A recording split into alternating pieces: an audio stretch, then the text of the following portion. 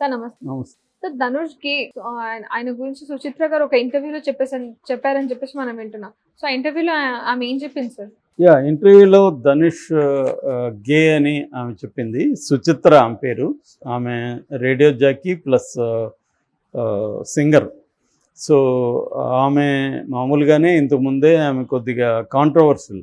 శుచి లీక్స్ అని కూడా అప్పట్లో చెన్నైలో ఆ ఇండస్ట్రీని కుదిపేసింది. శుచి లీక్స్ ఏంటంటే ఆమె ధనుష్, తర్వాత త్రిష, ఏండ్రియా, మ్యూజిక్ డైరెక్టర్ అనిరుద్ధు, వీళ్ళు అందరూ సెక్సువల్ రిలేషన్షిప్స్లో ఉన్నారు అని చెప్పి కొన్ని ఫోటోల్ని సెమీన్యూడ్ అలాంటి ఫోటోలను కూడా ఆమె రిలీజ్ చేసింది. అప్పుడు అది పెద్ద సంచలనం అయిపోయింది అనమాట. సో ఈ మీద అందరూ కూడా కేసులు పెడతామని అదంతా కూడా బెదిరించారు. అయితే ఆమె తర్వాత ఏం చెప్పిందంటే, నా ట్విట్టర్ని ఎవరో హ్యాక్ చేశారు, ఇవన్నీ నేను పెట్టలేదని తర్వాత చెప్పింది. కానీ అప్పటికే అది శుచి లీక్స్ చాలా పెద్ద ఇదైపోయింది అనమాట, సెన్సేషన్ అయిపోయింది. సో ఆ తర్వాత ఆమె వాళ్ళ హస్బెండ్ మీద కూడా 12 ఏళ్ళ నుంచి డైవర్స్ పోరాటం చేస్తుంది. సో ఈ మధ్యకాలంలో 2 రోజులకు ముందు ఆమె ఒక యూట్యూబ్ ఛానల్కి ఇంటర్వ్యూ ఇచ్చింది. అందులో ఆమె ఇంకొక బాంబు పేల్చింది. అదేంటంటే, మా హస్బెండ్ కార్తిక్ గే, అతను పెళ్ళైన 2 ఏళ్ళకే డాక్టర్ కూడా చెప్పాడు, నీ హస్బెండ్లో ప్రాబ్లం ఉందమ్మా అని చెప్పాడు. అప్పటి నుంచి నేను కొట్లాడుతున్నాను, నా హస్బెండ్కి విడాకులు ఇవ్వమని. అతను ఇవ్వట్లేదు. నా హస్బెండ్ ధనుష్ చాలాసేపు రూముల్లో ఉంటారు వాళ్ళిద్దరు కలిసి. సో అని చెప్పింది. సో అంటే ధనుష్ కూడా గే అనేది ఆమె ఉద్దేశం అన్నమాట. అయితే ఇక్కడ అసలు గే అంటే ఏంటి, గే అయితే ఏంటి ధనుష్, ఆమె ఇంకా కూడా కొన్ని చెప్పింది. అదేంటంటే, ధనుష్ కి కూడా వేరే అమ్మాయిలతో అఫేర్ కూడా ఉంది, అబ్బాయిలతో కూడా ఉంది. అట్లాగే ధనుష్ వాళ్ళ భార్య ఐశ్వర్య రజనీకాంత్, ఆమెకు కూడా అఫేర్లు ఉన్నాయి. ఇద్దరు వాళ్ళ బాయ్ ఫ్రెండ్ గర్ల్ ఫ్రెండ్తో పబ్బులకి వెళ్ళి ఎంజాయ్ చేస్తారు, అందువల్లే వీళ్ళు విడిపోయారు అనేది కూడా ఆమె చెప్పింది.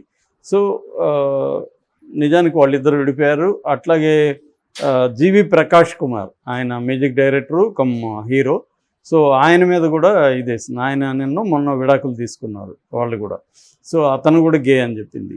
సో ధనుష్, జీవి ప్రకాష్, కార్తిక్, వీళ్ళందరూ, కార్తిక్ అంటే వీళ్ళ హస్బెండ్, సో వీళ్ళందరూ గే అనేది ఆమె బాంబు పేల్చింది. అసలు గే అంటే ఏంటి, గేగా ఉండడం తప్ప అనేది చూస్తే, యాక్చువల్గా సెక్సువల్ ఓరియంటేషన్ అంటారు.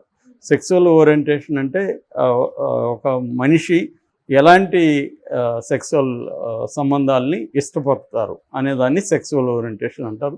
ఇది జనరల్గా 4 రకాలుగా ఉంటుంది. ఒకటి హెట్రోసెక్సువల్. హెట్రోసెక్సువల్ అంటే ఆపోజిట్ జెండర్ని లైక్ చేసేవాళ్ళు, అంటే మగవాడు స్త్రీని, స్త్రీ మగవాడిని లైక్ చేస్తే వాళ్ళని హెట్రోసెక్సువల్స్ అంటారు. హోమోసెక్సువల్స్, సేమ్ సెక్స్ వాళ్ళని లైక్ చేసేవాళ్ళు, మగవాడు మగవాడిని, స్త్రీని లైక్ చేస్తే దాన్ని హోమోసెక్సువల్స్ అంటారు. మగవాళ్ళనేమో గేస్ అంటారు, ఆడవాళ్ళనేమో లెస్బియన్స్ అంటారు. ఆడవాళ్ళు చేస్తే లెస్బియన్స్ అని, మగవాళ్ళు అయితే గేస్ అంటారు. సో ఈ 2 కాకుండా బైసెక్సువల్ వాళ్ళు ఏంటంటే, ఒక అబ్బాయి అమ్మాయితోనూ వెళ్తాడు, అబ్బాయితోనూ వెళ్తాడు అనుకుంటే వాళ్ళని బైసెక్సువల్. అలాగే అబ్బాయి అంటే ఇష్టము, అమ్మాయి అంటే కూడా ఇష్టం, అలాంటి వాళ్ళని బైసెక్సువల్స్ అని పిలుస్తారు. అసెక్సువల్స్ అంటే అసలు సెక్సువల్గా ఇంట్రెస్ట్ లేని వాళ్ళని అసెక్సువల్స్ అని కూడా పిలుస్తారు.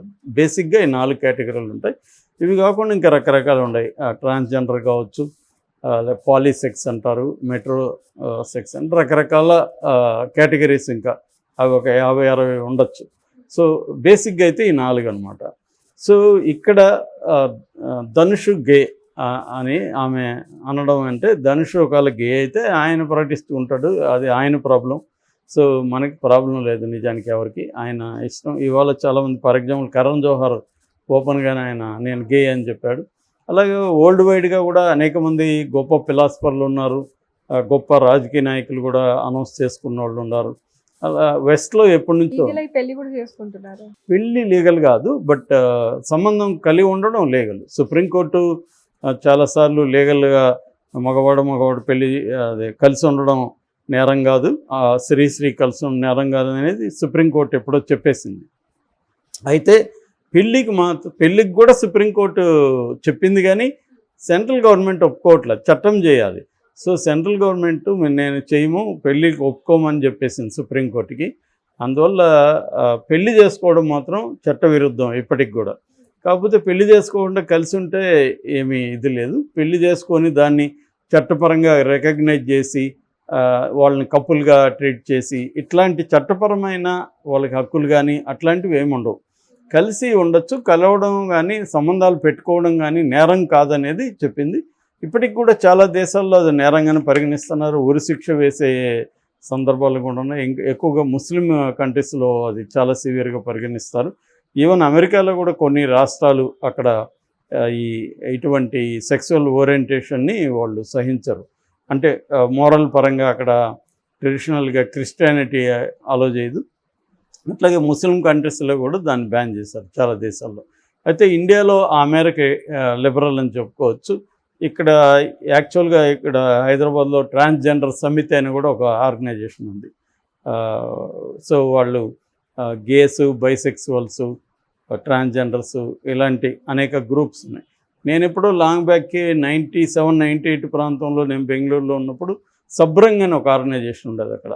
సబ్రంగ్ అంటే గేస్, అదే గేసు, లెస్బియన్స్, బైసెక్సువల్స్ అందరూ ఉండేవాళ్ళు. వాళ్ళు హైలీ ఇంటలెక్చువల్గా కూడా ఉండేవాళ్ళు అనమాట. సో అది నేను ఫస్ట్ చూసింది. నాకు తెలిసి కూడా బెంగళూరులో కుప్పం సంబంధించిన ఒక అబ్బాయి ఫస్ట్ అక్కడ బెంగళూరులో ఉండే ట్యాబ్లాయిడ్లో ఫ్రంట్ పేజీలో వచ్చి ఐ ఆమ్ గే అని అతను డిక్లేర్ చేసుకున్నాడు 97, 98 ప్రాంతంలో. సో దాని తర్వాత చాలా నవల్స్ వచ్చింది. ఫర్ ఎగ్జాంపుల్ కన్నడ రైటర్ ఒక ఆయన ఉన్నాడు, తను గే, తను నవల్స్, కథలు అన్నీ రాశాడు. Is a wonderful writer also. So అలాగా చాలామంది ఇవాళ లిటరేచర్ కానీ సినిమాల్లో కానీ ఇవన్నీ వస్తున్నాయి. కాబట్టి ఈమె ఆధారం లేకుండా ఆరోపణ చేసింది. ఆధారం ఏమీ లేదు ఈమె దగ్గర. తన భర్త గే కాబట్టి తన భర్తతో రూమ్లో ఇంకొక అబ్బాయి అంటే గే అని ఎట్లంటాం? గేస్తో స్నేహం చేయకూడదా ఎవరైనా? ఇప్పుడు నాకు ఒక గే ఫ్రెండ్ ఉంటాడు, అతనితో నేను మందు కొట్టచ్చు, తిరగచ్చు, అంత మాత్రం నన్ను కూడా గే అంటే ఎలాగా?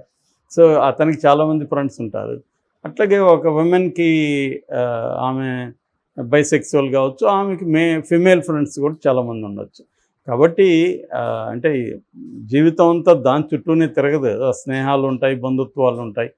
కాబట్టి అవన్నీ ఈమె కొంత ఇదిగా మాట్లాడింది. వీళ్ళ హస్బెండ్ ఏమో ఈమెకు మెంటల్ ఇష్యూస్ ఉన్నాయి, అందుకనే ఇట్లా మాట్లాడుతుంది అనేది వాళ్ళ హస్బెండ్. అజంప్షన్స్ తో ఇలా ఇంటర్వ్యూ ఇచ్చిందా సార్, లేకపోతే అజంప్షన్స్ ఏం ఆమె దగ్గర ఆధారాలు ఏమి కన్ఫర్మేషన్? ఇంతకుముందు సుచి లీక్స్ అప్పుడు కూడా ఆధారాలు ఏం లేవు.